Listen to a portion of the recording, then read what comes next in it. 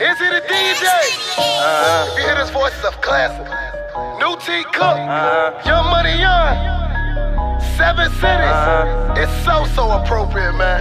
Yeah, let's go. I got joints in the news, I got joints out the pig. I got joints in Hampton, I got joints out the bitch. Yo, what's good? It's your boy T Cooke, and I'm with Tidewater Waves checking in. 7 Cities. For sure, for sure. What up, man? What's good, bro? Yeah, appreciate you coming out. Thanks for having me, bro. Definitely, definitely. So yeah, we'll get right into it. You know, who is T Cooke? And T Cooke is an artist from Newport News / Hampton, Virginia. You know what I'm saying? A young aspiring artist that's just trying to push the needle and trying to push the culture forward with my music, with my visuals. Just take everything to another level. I've been at it for quite some time now, you know what I'm saying? And so I'm just sticking with it and just really putting my heart and my passion into music. I've been rapping since I was 12, so it's like second nature to me, bro. Word, okay. That's dope. So yeah, you say you've been rapping since 12. Like, what was that moment that, you know, really inspired you to be a rapper? Well, I always was kind of like surrounded by music in the church coming up. I led the kiddie choir in church, you know what I'm saying? Right. And so I always was kind of like involved with music. My parents used to play music and stuff like that. My mom said, like, when I was a kid, like, I just always gravitated to just music. You know, I'd be in the back seat just bobbing my head or just, you know what I'm saying, picking up on words or, you know, lyrics and stuff like that. So I've always been involved with music. So I can't really pinpoint a specific point, but it was probably like me just watching BET 106 in Park, looking at Bow Wow and Romeo, you know what I'm saying, Little Romeo, and just, you know, wanting to emulate something like that. And so I just got into it, and I appreciate my parents because they've always been supportive of me, you know, pushing my pen and like just pursuing music. And so they could have easily like discouraged me from doing it at a young age. It was times where I would be up at like 1 or 2 in the morning, like writing rhymes in my journal. Like when I was like 12 or 13, I'm thinking like I'm the hottest rapper, period. But it's like I had to go through that and put in those 10,000 hours to get to this point. You know what I'm saying? So it's like when artists, like when they rapping now, I can tell if they put in that 10,000 hours because it comes out in the wash. Like I can tell. It's like, so yeah. Word, okay. Yeah, the quality too. With that being said, let's get into the 7 Cities, the new album that just dropped. Yeah. Is that your first album? Yeah, this is my debut album. Okay. This is probably my 5th project altogether. If you count mixtapes, EPs, and soundtracks. This is my debut project, those 7 Cities. Okay. Yeah, debut album. Word. So yeah, what made you want to drop this, you know, now? Well, it was just one of those things that happened naturally. In 2014, I dropped an EP with my homie Keith Wavy. It's called 5 Joints. It was 5 songs, and we got a good reception from that. And then the next project I dropped after that was called 6 Rings, and that was my first solo EP, whatever. And I had features up there from, you know, my team, Conscious Kane, you know what I'm saying, just like different artists from the area. And then after 6 Rings, I did my first short film back in 2016. Name drop. Yeah, name drop short film. And I had a lot of local talent. Well, I don't even like to say local because it's like we local by default, but we got a global mentality. So it's like, I don't even like that term, but I had a lot of talent from this area in the movie, and we had a sold out premiere, and I did the soundtrack for the short film. And then, so if you just look at the lineage, you got 5 Joints, you got 6 Rings.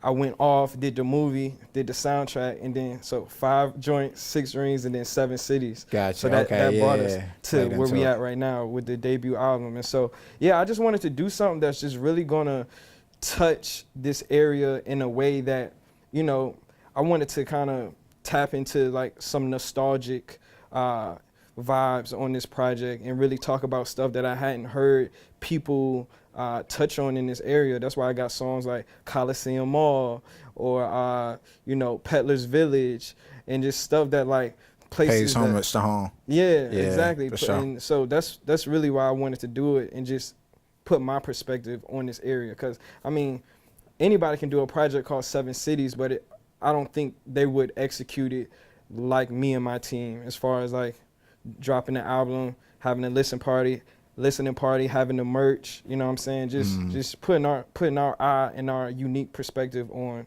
what we feel embodies the Seven Cities. Where I see you get the license plate as well. Yeah, man. Dope. Just trying to take it back, pay homage, man. Like, you know what I'm saying? Had to pull out the old school Lexus, you know what I'm saying? Just that really like is close to my heart, because growing up, my people had a Lexus, and so I said, well, what can I tap into that reminds me of my childhood? And so, Dope. yeah, I wanted to do that for the album cover.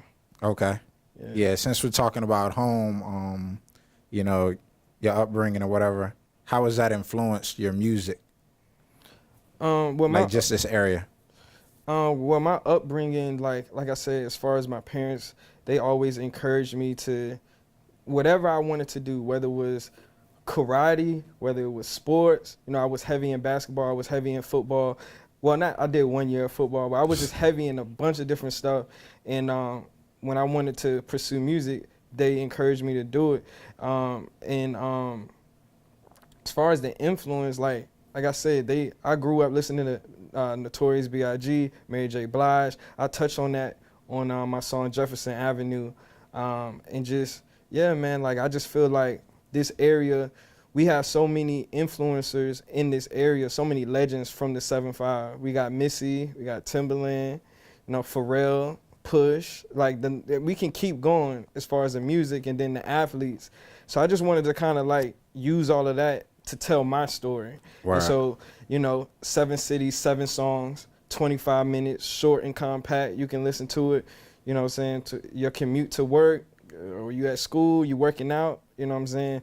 I wanted to be respectful of people's time. I know that, like, it's so much going on and people got short attention spans. It's like, to be honest, bro, I'm not finna put out no project that got like 18 to 22 songs or nothing like that. Like, I'm a, you know what I'm saying, be respectful of people's time. I'm also gonna give them quality, because a lot of time I feel like artists aren't doing the quality of control that they need to. They just putting a bunch of songs on their project to get the streaming numbers. And I understand and I respect it, but it's like, yo, cut some of that down, because it's like, for me, it's about quality over quantity. Yeah, for sure.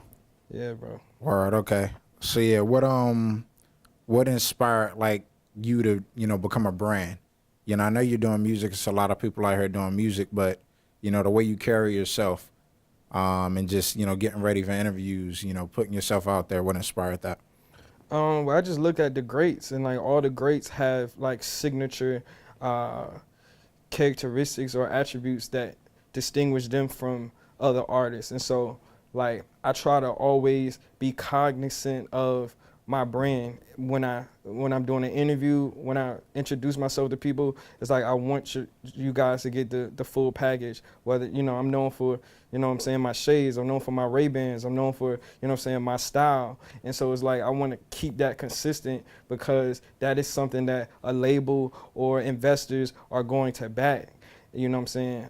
Like here very soon, I'm going to speak it into existence. You know what I'm saying? Word, okay. And so it's just like, just keeping the brand consistent and knowing that if your brand is strong, you know, you can do anything. You know, the sky's the limit. You don't just have to do music. You can do fashion. You know what I'm saying? I look up to people like Rocky and, you know what I'm saying, Inside Rocky and Kanye and people that can dabble in a bunch of different things and still be true to themselves. And, you know, I don't want to do anything to compromise myself, but especially not my brand, because it's like, that's literally all I have, man. Like T. Cooke, Rocks Brand Records, in-house management, that's what we pushing. That's the movement, bro. Okay. So you're a businessman before all of that. That's something we can appreciate here over at Tower of the Waves. For sure, man. I appreciate y'all, man, for just, you know, giving a platform to artists, man. It's important. Definitely. Yeah, so yeah, you mentioned in-house management. You want to get more into that? What is that? Yeah, in-house management is that's my man Brian Haywood. He's my manager. I've known him since 3rd grade, and so he's been managing me since 2015, around when I put out the Monopoly Money music video. we've always been in contact over the years. We boys at the end of the day, music aside. But it's like I feel like when you have somebody managing you, it's important to have that trust and that bond. And we've built that over the years. And, you know, he's been in my corner as an investor, you know what I'm saying, as a backer. Any idea I got, I'll run it past him, and we just make it happen. We're big on investing into ourselves and investing in our craft. And so it's a lot of times where, you know, it'll only be him and I that basically believe in whatever, you know, idea I have. Like when I had the short film idea for Name Drop, like that was a pretty radical left field type of idea, and I knew it was risque, but I ran it past him. He like, let's do it. You know what I'm saying? And that's somebody that I need that's going to kind of nurture my creativity and not shut down any of my ideas. And so, you know, we got some other artists on the management company, and we're a team. We support each other, you know what I'm saying? And yeah, I'm thankful for in-house management for sure. Word. Yeah. Yeah, that's smooth, man. You know, you seem like a humble guy in terms of like playing your part. You know your role as an artist, and you need, you know, somebody to, you know, be more of the business side. So, yeah, that's dope. I feel like that's something that needs to be, you know, done more out here. Just in terms of like collaborate, and everybody's trying to be that top person, but everybody got to stay in their lane. Yeah, stay in your lane, bro. I'm a big advocate for staying in your lane. Like, you know what I'm saying? I let my manager handle all my business stuff, you know what I'm saying? And that allows me to stay creative at all times, you know, like, and I feel like that's good advice for up and coming artists. Like, you know, get a manager, get somebody that you can trust, and that can run your day-to-day business for you. Right. You can oversee it as well and have your input, but it's important. I know for me specifically to stay in that creative headspace, all the like setting up stuff and all that stuff like that can bottle me down, like, you know, after a while. So yeah, definitely it's important. Word, okay. Dope. See, yeah, also talking about that on the topic of collaborations. How do you feel about collaborating with people? Do you prefer to, like, you know, do your music yourself, or would you rather be on a song with someone? No, I'm always open to work with dope artists. Like, I think, like, you know, we in this area of the 7-5, and I feel like it can at times be a crab in the barrel mentality where somebody might have more clout than somebody, and, you know, they don't want to shine a light on them, or, you know what I'm saying? Like, it don't even got to be competitive or nothing like that, bro. Like, we can help each other. If you look at movements like Atlanta and, you know, Miami, when like Pitbull and Rick Ross and all them was coming up, and then you even look at Houston, Texas, when you have Mike Jones, Paul Wall, Slim Thug. Like, right. I feel like, you know, we're on the precipice of, you know, doing that. You know what I'm saying? You got some artists that's got a buzz from this area, and I feel like, you know, why not collab? You know what I'm saying? Let's bridge the gap between your fan base and my fan base. You know what I'm saying? Let's work together, because that's the only way that we really gonna get the light and the credit that this area deserves, because we got more than enough talent. We just don't got the eyes on this area yet. So if you're dope and our brands match, you know what I'm saying? I'm more than open to collab. Right, okay. Yeah. Yeah, that's dope. Yeah, speaking about that, how do you feel like about Virginia's place in music right now? I feel like I like what I see from the area, man. Like, you got some movements in this area. You know, you got the Traptastic movement. Shout out to my boy Rodney. You know what I'm saying? You got a lot of different movements and people that are building their brands. And I feel like I said, we're stronger. It's strength in numbers. So we're stronger together than apart. So the divisiveness, oh, this person hating on this person, or this person trying to tear down this person, I'm anti that. Like, I'm against that, because, like I said, that's not going to be productive and get us to where we need to go. And right. So, yeah, I think, you know, as long as we stick together, and I don't want to get up here and be like preaching, like, you know what I'm saying? But it's just it's just real talk, man. It's like, it's strength in numbers, bro. And I feel like we got the talent. We just need to come together, man, and really just elevate. And, like, you know what I'm saying? That's why I appreciate, like, platforms like Tidewater Waves, because it's like, that's what we need. We need more of that. You know what I'm saying? Yeah. So. Yeah, somebody wise once told me, love is the new money. Love is Shout the new out money. My boy, yeah, Peace to Glue. Yeah, facts. That's that That sound like that Tiana Taylor and that Kanye. Yeah. Yeah, for sure. But yeah, so what's next? Like, I know you just dropped the album. Yeah. How far do you want to take that? Like, in terms of like, do you want to tour? Are you just, kind of working on, more music to put out next? What's next? Well, yeah, we definitely, a tour would be good. I was talking to my manager about it. That's still possibly in the works. But what's next in the immediate future is us trying to shoot some music videos for the songs off the project, trying to give the project, some more legs and, get it out there more. And we're just going to keep pushing this project until everybody in this area is familiar with it. You might not be hip tomorrow or the next week, but we're just going to keep pushing this because I feel like we really got something with this project. Like, I've been sending it out, and like one thing that I was like apprehensive about or doubtful about was the fact that I'm like, it's an extreme risk doing an album catered specifically to one demographic, which is the 7 cities. Like, are other people in other geographical locations gonna know what I'm talking about and to appreciate what I'm talking about? And so, this is by far the project that I've got the most love from. From the single, when I dropped the single in September, I think I dropped the single like 6 weeks before I dropped the album, and I've just been getting tremendous feedback.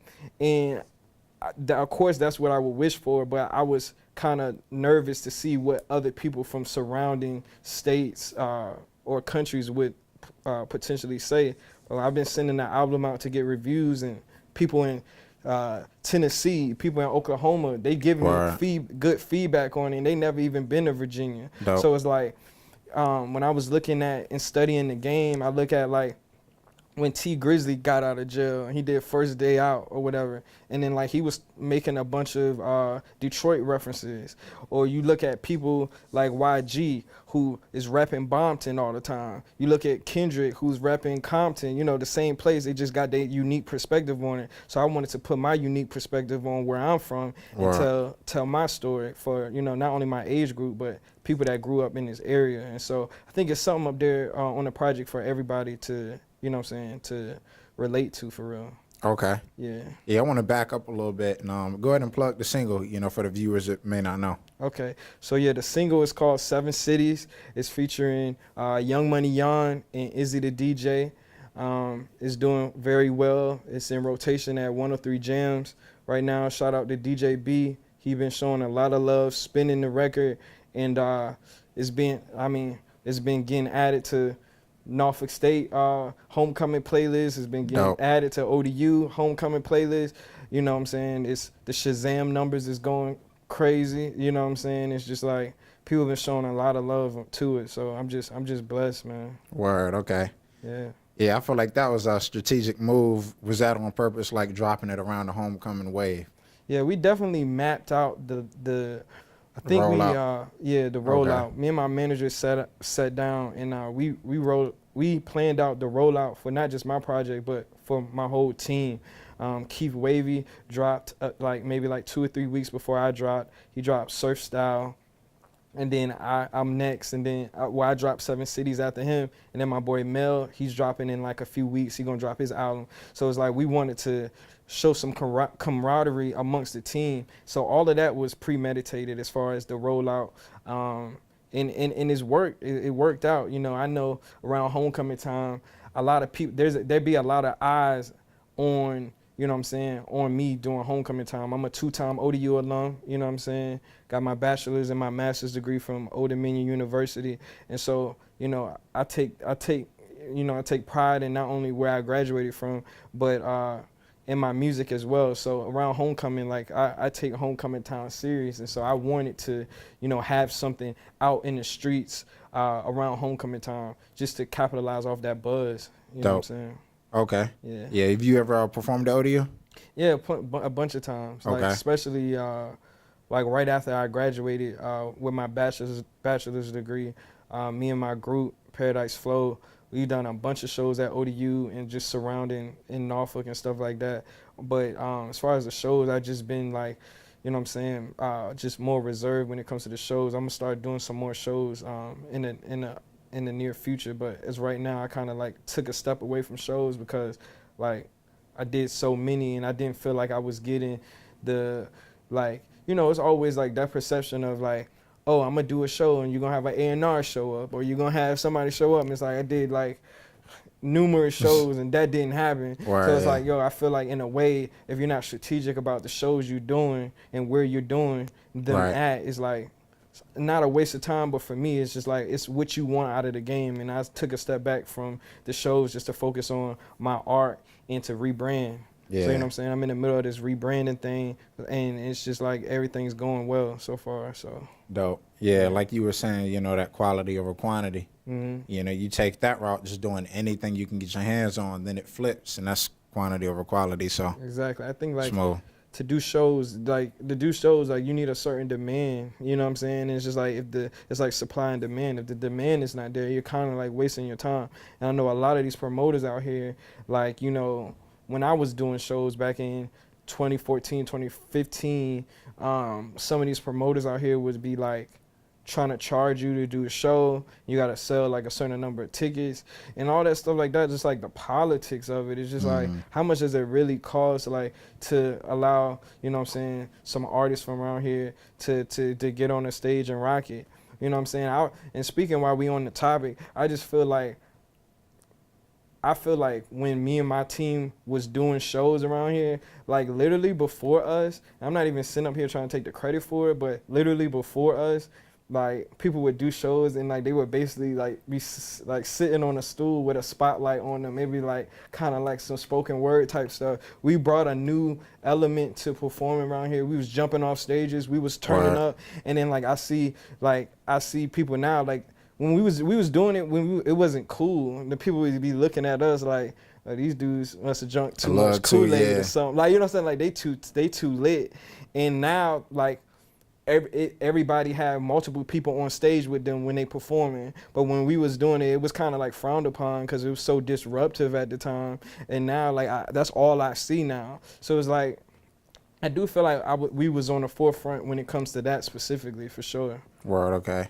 Yeah, since we're on that performing topic, have you ever performed like outside of Virginia? Not yet, man. Okay. You know, I had a few opportunities to do it in DC, man, but it's just about, like, it comes down to the business, man. It just comes down to the business and just trying to get the numbers and stuff right, and just trying to do stuff that makes sense for, like, you know, for me and my brand. You know Exactly. Yeah. Word, okay. So yeah, what was your favorite performance you would say out here? I had so many, man. We used to rock at 37th and Zen. It was called the Iguana at the time. We used to rock there a lot. Had a bunch of sold out shows there. You know what I'm saying? It's just like I can't pinpoint one specifically, but it's just like I enjoy sharing the stage with my brothers, man, because we literally put our heart and soul into it. We leave it all on the stage. You know what I'm saying? We get off the stage, we sweating and tired, need water, like, you know what I'm saying? Right. But we leave it. That's how, you know. Before I do a show, like, I just go off in the corner, get my mind right, bro. Like, you know what I'm saying? And just really try to, you know, lock in, bro. Like, that's what I'm about, man. People spend their money to come, so I want to give them a good show. And it's like, I would like to incorporate, like, if I had the backing to do more as far as, like, staging, lighting, you know what I'm saying? I look up to people like Travis Scott when it comes to the live performing aspect. Yeah. You know what I'm saying? People like Kendrick, people like Drake. What Drake's doing on his tour right now is nuts. Like, you know what I'm saying? Jay-Z and Beyonce, like, of course they got huge backing and budgets to do what they're doing like that. And, you know, even if it's just opening up for somebody that's big when they come in this area, like, I want to get into more doing that stuff like that. And so. Word, okay. Yeah, man. Right. Do you ever think you'll step into the role of like, I know y'all have the management, but like getting the artist under you? How you feel about that? Well, I kind of like oversee, like, yeah, we got the in-house management, but I'm kind of like the day-to-day for Rockspring Records, which is the label. Okay. So like I kind of oversee like the projects that come out on the label, kind of like a Pusha T good music situation or whatever. So it's like I kind of do that now for like the people that we got, Keith Wavy. Like I try to oversee like the art direction for the projects and stuff like that, and just give my feedback, put my ear on it, whether it's, you know, I might not be on the project, but I might have writing credit on it or something like that. So it's like maybe not signing, well, not in the near future at least. Not signing anybody under me, but any way that I can contribute. You know what I'm saying? I respect people like, you know, Kanye will come in and do art direction for Pusha or whatever like that. So I try to, you know what I'm saying? I have a unique perspective on just art, and I feel like I can help other people when it comes to, because a lot of times, man, let's just be honest, man, like people put out projects and their artwork don't be up to par, bro. I just gotta say it, like the visuals and the artwork don't be where I feel like it needs to be, and I take pride in that. You know what I'm saying? And so I feel like, you know, other people should take pride in it too, because it's important. If you want people to listen to your project and be drawn in, your visuals need to draw them in. You know what I'm saying? Especially when you don't have the platform of just, you know, you don't have the luxury of having a bunch of fans. So how you gonna captivate a fan base? Yo, by making sure your presentation is on point. And if your presentation is on point and the music is on point, then it's a perfect marriage. But it's just like, yeah, I've always been big into like the art and stuff like that. So yeah. Okay. So if it was one area, like in Atlanta, Cali, New York, that you could move to, you know, expand your business, where would that be? Or like music? Definitely California. You know, my boy Mikey Rocks, he's out in LA. You know what I'm saying? He's been out there for like 2+ years now. We talk like every day, and he just made so many connections out there. And it's just like, I feel like that would be, you know, a place where I could, you know what I'm saying, kind of put my best foot forward and kind of climb the ladder rather quickly, because I've just seen what he's been able to do. He's an inspiration to me, you know what I'm saying? And so I know if I went out there and got and rubbed shoulders with, you know what I'm saying, and networked out there, I definitely could turn up without a shadow of a doubt. But it's just right now, like, it's important for me to focus on captivating a fan base here in this area before I branch out. You know what I'm saying? Like, I want to get a strong fan base here. And I know a lot of times people say like, well, people back home, they're not going to support you until you leave and then come back. You know what I'm saying? But what works for somebody else might not always work for you specifically. You got to do what's best for you. You know what I'm saying? And so I'm still, you know, other people didn't left. They didn't went to Atlanta. They went to Miami, New York, Cali. I'm still here holding it down for the home team. You know what I'm saying? I'm proud of where I come from. That's why, you know what I'm saying, we repping the 7 cities all day. You know what I'm saying? Yeah, we need, you know, both sides. We need those people to leave, but we also need, you know, people like you and I to hold it down right here, build this area up, you know, so we got, you know, something for those people that left to come back to. Yeah, absolutely. Yeah, so. For sure. Yeah, man. So, yeah, before we close it out, is there anything you want to plug, any shout-outs you want to give? Well, yeah, of course I'm going to plug the album, 7 Cities. For sure. It's out right now on all streaming platforms. You know what I'm saying? Make sure y'all stream that. Shout out the team in-house. Shout out Roxburn Records. Shout out Keith Wavy, Sir Dolo, Mel. That's the team. Go get Keith Wavy Surf Style out right now. Mel, Better Than Yesterday is dropping in 2 weeks. And yeah, man, like, I just appreciate y'all for having me. I wish y'all much success in the near future with all y'all endeavors. And yeah, man, just want to spread positivity with my music and just show people that, you know what I'm saying, the skies is the limit. And, you know, you can be an educated, you know, black man and still try to push, you know what I'm saying, you know what I'm saying, you don't have to perpetuate negativity, you know what I'm saying. And it's just like, you know, like a few years ago, like maybe like shortly after Name Drop, I was in a negative headspace, you know what I'm saying. And now it's just like, I'm just blessed to be here and just to be making the music and that I'm doing now. So I'm just appreciative, and like I said, thanks again for having me, for real. Yeah, definitely. Yeah, real quick, what'd you study at ODU? Communications. Okay. Yeah, so I got my bachelor's in communication in 2013, and then I went back and got my master's in lifespan and digital communication. Nice. From ODU. Graduated in 2016 with that. So, you know what I'm saying, just trying to, like, like diversify my portfolio, if you will. Just show people like, yeah, like I do the rap, I do the, you know what I'm saying? I had an emphasis in film when I went to ODU, so that's where a lot of my perspective comes from as far as like the artistic, aesthetics. But yeah, like just trying to do something different. I know a lot of people like would say like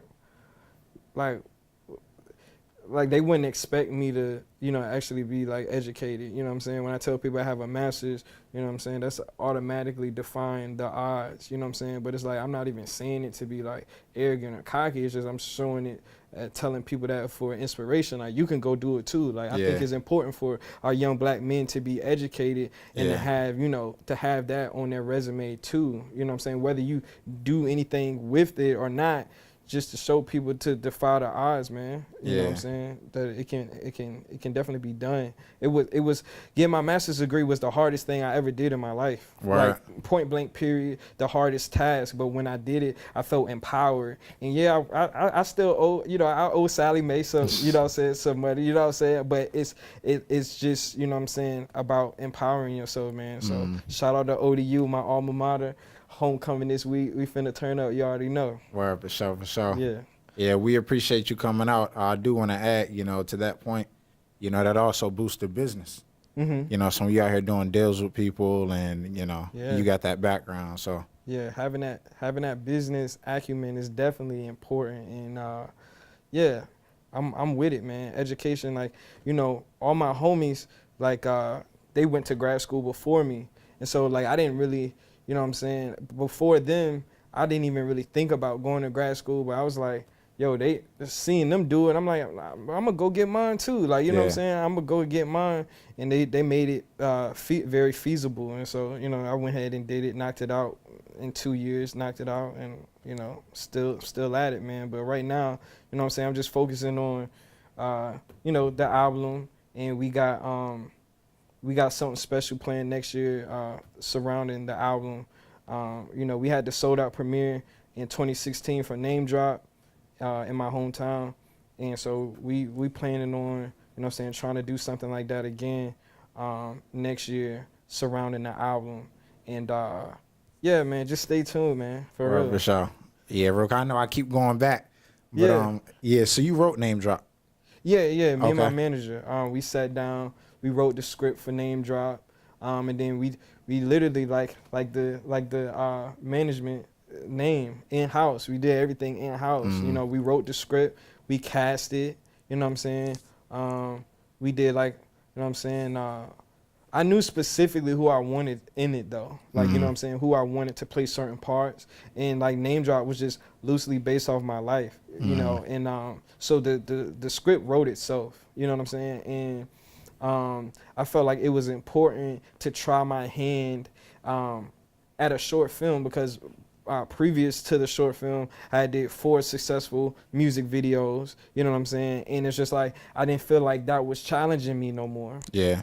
So I was just like, what can I do to push the boundaries? And I was like, yo, I literally called my manager because it started because I wrote the soundtrack, the music for it, and I was, I had, when I was in grad school, I took a class where we would write poetry in it. So that opened up my mind to just like more storytelling vibes. And so then like I just got inspired. So the songs that I was writing at that time were about like my relationships and, you know what I'm saying, about, you know what I'm saying, females that I've like talked to over the years and stuff like that. And so I was like, yo, I don't want to shoot a music video for these songs. Like I want to do something different. So that's why we did the 30-minute short film. And then I tried to cast, we casted like the closest that we could get, the closest representations that we could get of the real, people that I was talking about in the movie. So it's like, I'm just blessed. Like I'm very blessed and proud to say that I am one of the only local artists in this area with his own movie, a successful movie under his belt. And you know what I'm saying? And what is the movie about? So like I said, the movie was about my life, loosely based off my life, but it was just like about, the premise of it is basically like trying to show like the temptation of like, if you're an artist in the industry, you know what I'm saying, and you trying to maintain a relationship with your significant other, the challenges that you may face, you know what I'm saying, while being an entertainer, you know what I'm saying? Like, you know, you could literally be out with your girl for, you know what I'm saying, a getaway weekend or something like that, and then one of your exes could pop up. You know what I'm saying? Like, and so just like these different scenarios coming into play, like how would you handle it? You know what I'm saying? Like, I know it's relatable because any dude could be out with their girl and see one of, you know, somebody they used to talk to. It's like, that's awkward. Like, you know what I'm saying? So I wanted to put stuff like that, you know what I'm saying, in the movie, and just so it would be relatable and stuff like that. And so, you know what I'm saying, it went well. And like, you know what I'm saying, it's definitely some, like, looking back, if I had more resources, I could have did more.